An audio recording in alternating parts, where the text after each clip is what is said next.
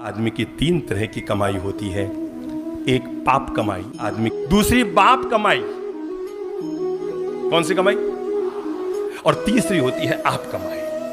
तीनों में थोड़ा फर्क बता दो। जिंदगी भर तक के लिए पहला विवेक ले लो, जिंदगी में अगर बच सकते हो तो एक चीज से जरूर बचो, और वो है पाप कमाई। संकल्प ले लो हाथ जोड़कर, मैं कम खा लूंगा, मैं कम वैभव में जी लूंगा, मैं कम संपत्ति में जी लूंगा, मैं कम दौलत में जी लूंगा, पर किसी का जेब काट कर, किसी के जीवन को दुखी करके, किसी की संपत्ति हड़प करके, किसी के दूसरे के माल को अपना माल बनाकर, किसी दूसरे तरीके से धन कमाकर मैं जीवन में कभी अमीर नहीं बनूंगा। क्योंकि एक दिन ऐसा आएगा, आप गलत तरीके से धन कमाकर अपनी पत्नी के हाथ में तो हीरे की चूड़ी पहना देंगे, पर जिस दिन आपके हाथ में लोहे की हथकड़ी आएगी ना, तब वो हीरे की चूड़ियां कुछ भी काम नहीं आएगी।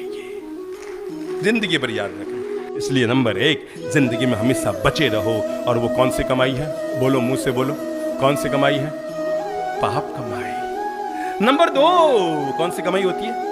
बाप कमाई। ध्यान रखना, बाप कमाई से केवल 3 काम किए जाते हैं, रोटी, कपड़ा, मकान और पढ़ाई, बस। वो हीरा व्यापारी की घटना आपको मालूम होगी ना, जब मिस्टर ढोलकिया ने, जो सूरत के सबसे बड़े डायमंड के व्यापारी हैं, जब उनका बेटा विदेश से पढ़कर आया तो उन्होंने कहा बाहर निकल घर से और 6 महीना अपने बलबूते जी कर आ, और मैं चाहता हूं तो दुनिया का हर काम करके आ। और तो वो कहते हैं बिना पैसा टक्का दिए अपने बेटे को घर से बाहर निकाला। वो गया बाहर, ठेठ गोवा तक, केरला तक, तमिलनाडु तक, और कहां कहां उसने गोते खाए। होटलों में जाकर बर्तन भी धोए, झाड़ू पोंछे का काम भी किया, कहीं मैनेजरी का काम भी किया, कहीं कोई काम भी किया, कहीं कोई काम भी किया, और हर काम का फोटो अपने पापा को भेजता रहा। और 6 महीना बाद थोड़ी बहुत कमाई करके घर लौट कर आया। तब पापा ने कहा, ले बेटा, अब मैं तुम्हें अपनी कंपनी का मालिक बनाता हूं, क्योंकि आज तुम्हें पता लग गया जिंदगी में पैसे का मूल्य क्या। पिता का धन उपयोग करने के लिए होता है, उपभोग करने के लिए नहीं होता है। तो पाप कमाई से बचो, बाप कमाई का सीमित मात्रा में उपयोग करो, जरूरत जितना। हाँ, जिंदगी में अगर आप उपयोग करना चाहते हैं, चाहे जैसे ऐसो आराम से जियो। अब वो तीसरी कमाई का नंबर लो, कौन सी? आप कमाई।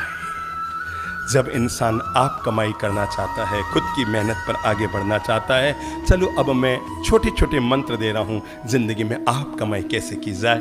समझो आप अपने रूम में किताब पढ़ने के लिए बैठे हैं, और 0 वाल का बल्ब लगा हुआ है, और बारीक अक्षर किताब के, किताब नहीं पढ़ी जा रही, तो क्या करें? को माथा फोड़ी करता है? सीधी सारी बात है। तो सीधा सरल उपाय तो क्या है? किताब को बंद करो, सो जाओ। अब बुद्धि लगाओ, दूसरा उपाय क्या हो सकता? अगर 0 वाल्ट के उजाले में किताब नहीं पढ़ी जा रही है, तो किताब बंद मत करो, बल्ब चेंज करो। बस जीवन में सफलता का पहला मंत्र यहीं से शुरू होता है। अगर 0 वाल्ट के बल्ब में किताब नहीं पढ़ी जा रही है, मतलब लगता है कि गुनगुने प्रयास ने इंसान को परिणाम नहीं दिया, छोटे मोटे प्रयास ने इंसान को परिणाम नहीं दिया, तो क्या करो?